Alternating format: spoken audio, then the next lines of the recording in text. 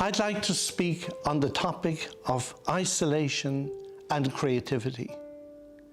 Creativity, by its very nature, requires you find your place in isolation and you remain there for quite a while, sifting through the art form, its mysteries and its magical nature. You need to acquire self-belief and hear your own voice above the noise of the outside world.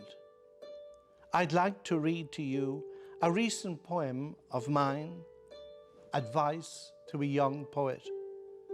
The poem is dedicated to the memory of Tom McIntyre. Break the lock on the field gate. Avoid the muckworms at the gap. Abandon old visions you have of yourself, self-pity in the face of a terrible God, the tribe of ghosts constantly shouting. Get to meet God's strange people living there, the silenced priest, the lost child. Stay in the field with his mysteries. Sift through the grass with the brown hair. Listen to the hills clapping hands, crab apples dropping into the ditch. If you remain long enough, you'll feel the warmth of a candle burning inside you, the blur of its flame constantly changing. We must continue to believe in that green meadow, that field of the imagination that enables us to work there. We follow the mysteries of creativity, listen to the silences, discover the elusive candle flame in the dark. Something lost, something old deep in the gut takes me outside tonight to walk the roads. Winter winds blow across a wilderness of fields. The moon listens. Bushes shiver in the snow.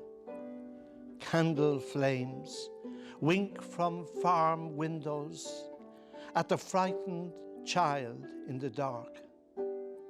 And I long to reconnect with something I have lost. Oftentimes, creativity is a reconnection with something we have lost or forgotten. Only recently, I discovered the word urbs. The Latin word for city originally meant something entirely different. The word, in its oldest form, meant moldboard, that part of the plough that turns the soil over. As a poet, words and language excite me. I love to talk about word farming when I give workshops to aspiring poets. How strange to discover the word urbs, urbanization, had its origin in a field, and we moved from fields to city as the moldboard turned over the soil. Hence the title of the poem, Rus in Urbe, the country in the city.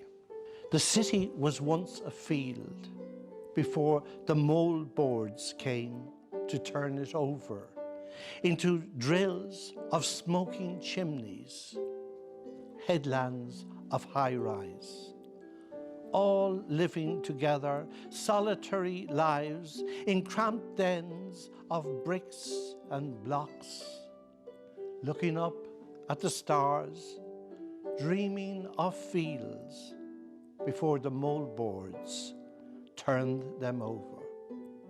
Thank you very much for listening. Slán go fóill.